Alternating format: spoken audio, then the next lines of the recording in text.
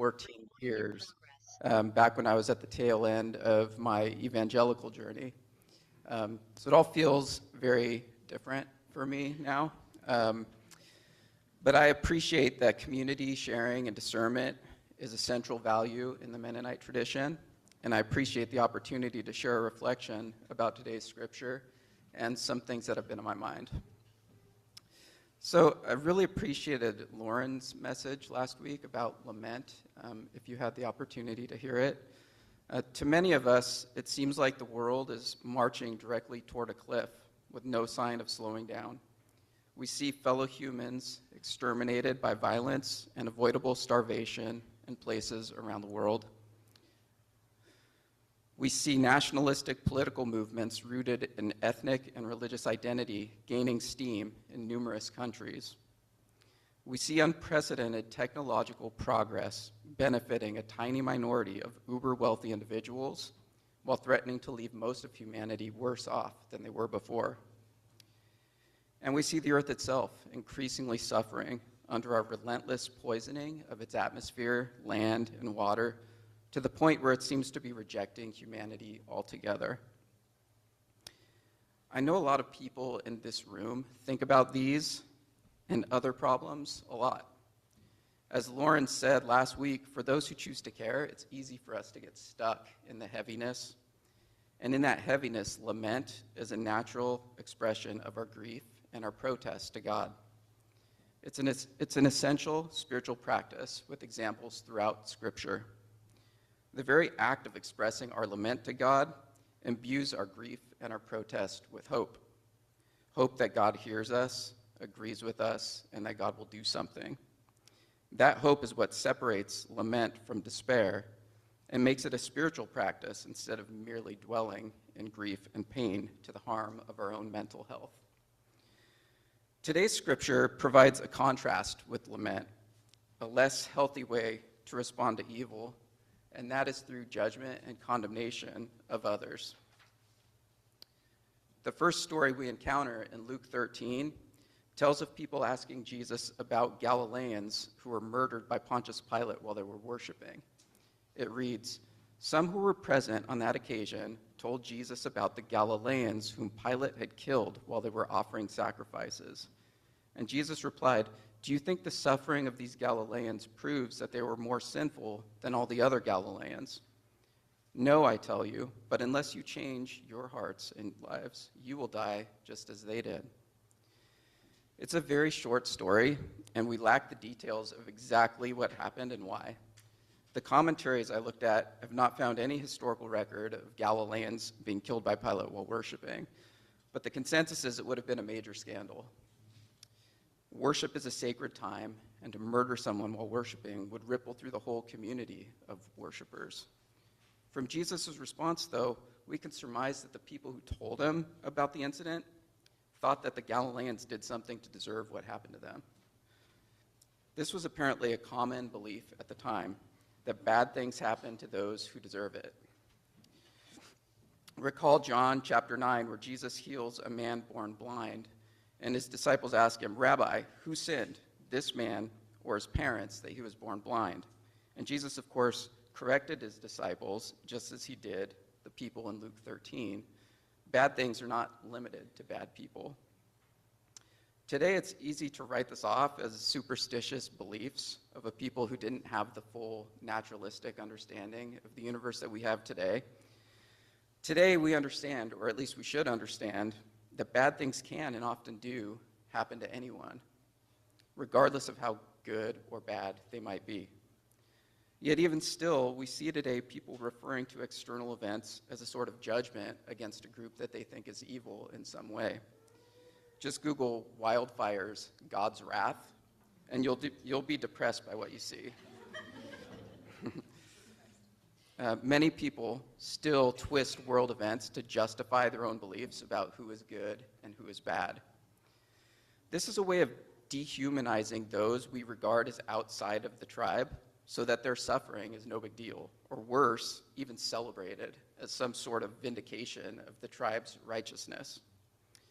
Luke 13 doesn't tell us much about the people who were killed while worshiping, except noting that they were Galileans.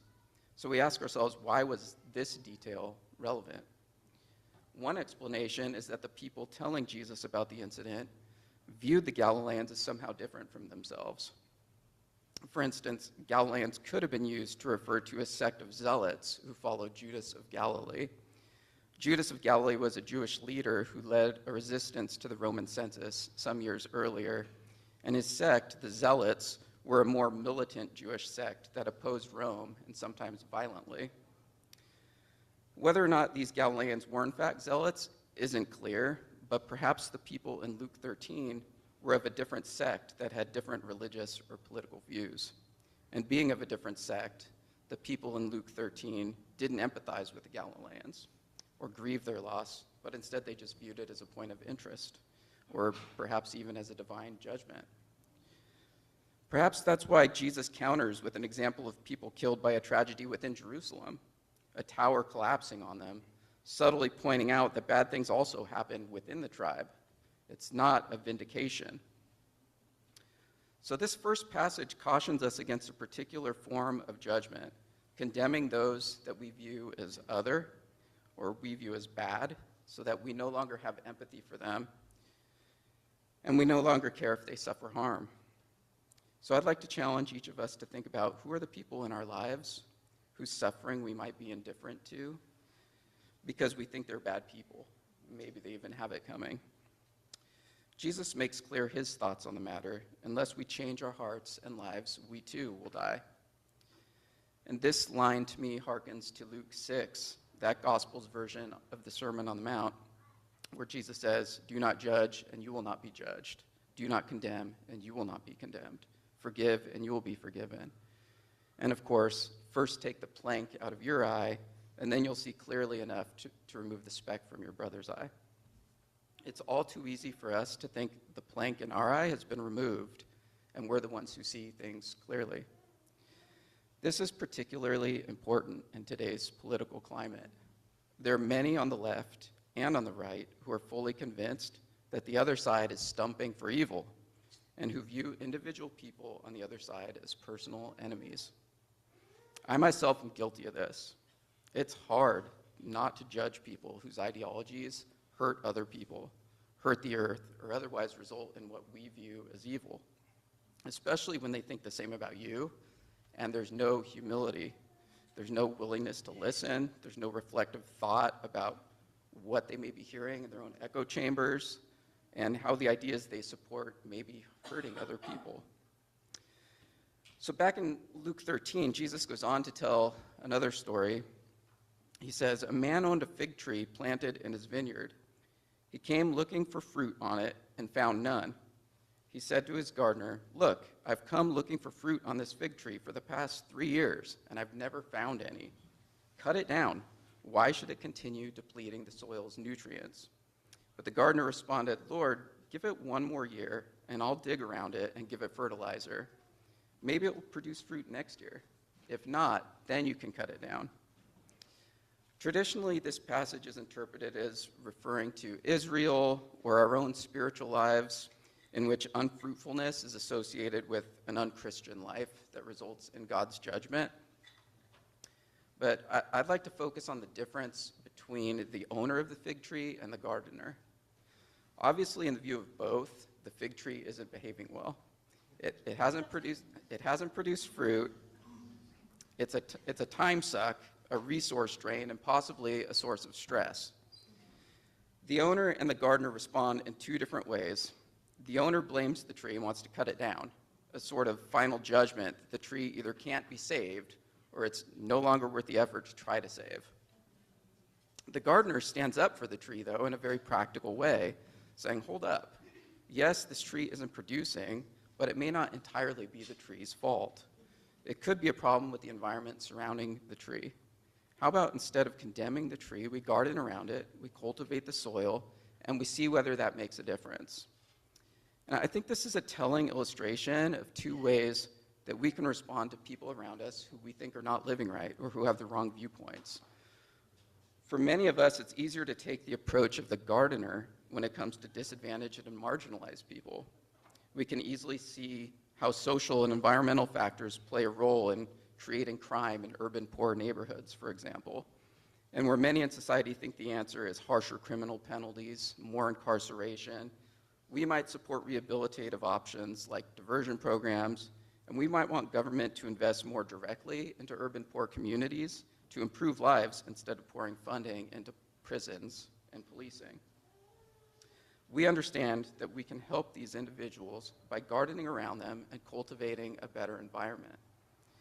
But I think it's harder for us, and it certainly is for me, to have the attitude of the gardener towards those we think use power or privilege to hurt other people.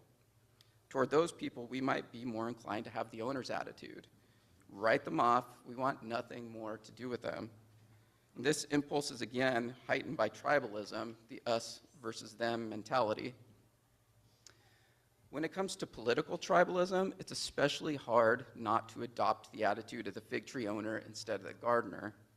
Gardening not only requires some amount of hope that it will produce a fruit-bearing plant, but it also requires a lot of work and a lot of patience.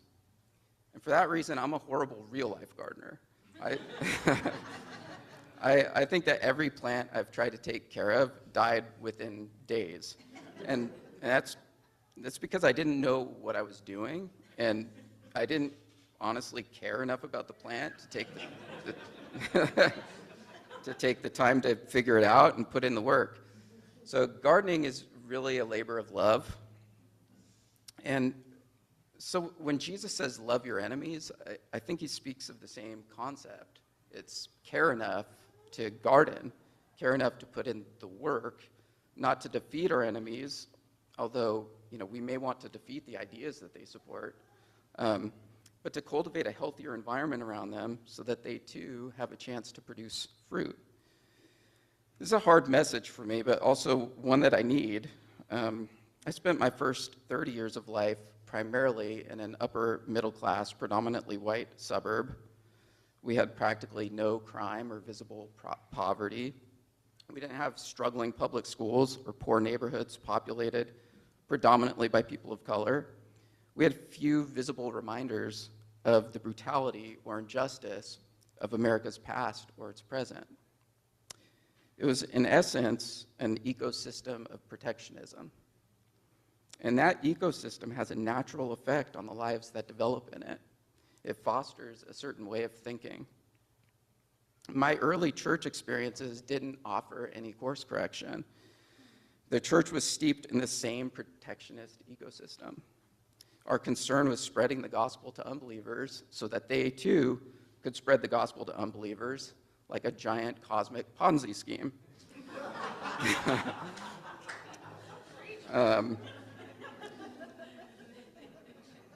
It's true. The world's suffering, to the extent we were aware of it, was an inevitable product of a fallen world racked by human sin. But no worries, it's only temporary. This type of protectionist environment fosters politics of protectionism. My views today are different because, through the books I read, the traveling I did, my schooling, and ultimately moving out of that environment, my environment changed. But many of the people I care about still remain steeped in that environment, and we're politically opposed now. So tribalism creates enemies and punishes tribe members for fraternizing with the enemies. It tells us the moral choice is to vigorously oppose them, even individually, and often even if they're own family, if they're your own family, to the point of severing ties sometimes. And, I have to acknowledge that for some people, that may be the only way to salvage your own mental health. Sometimes the other person is so steeped in their own tribalism that their attacks become unbearable, and it's understandable to avoid that situation. But Jesus tells us we're not to engage ourselves in this sort of tribal warfare. Instead, we're to garden. And that means working to cultivate the soil around those whose views we may oppose with no assurance of success. So what do we do when gardening isn't working and injustice continues? In the final passage, Jesus shows us a way. In Luke 13:31-34, Jesus' followers urge him to run away from Jerusalem because he's now directly in the crosshairs of Herod. But Jesus refuses. and he stays in Jerusalem even though he knows what's coming. That's his act of resistance. He doesn't try to escape because he knows he has to stand up for what's right. But he does express his lament in the Garden of Gethsemane, and again when he's on the cross. My God, why have you forsaken me? But throughout the whole thing, he never gives up on the people who are opposing him. In fact, what were some of the final words Jesus spoke while being crucified? Forgive them, for they know not what they do. Jesus knew that the people who thought he was evil were themselves a product of a poisoned environment. And even on the verge of death, he still wouldn't cut down the fig tree. His last act was to keep gardening. Honestly, I don't know what it looks like in practice to garden around those who have hurt us or others that we care about. That's for each of us to consider and for all of us to work on together.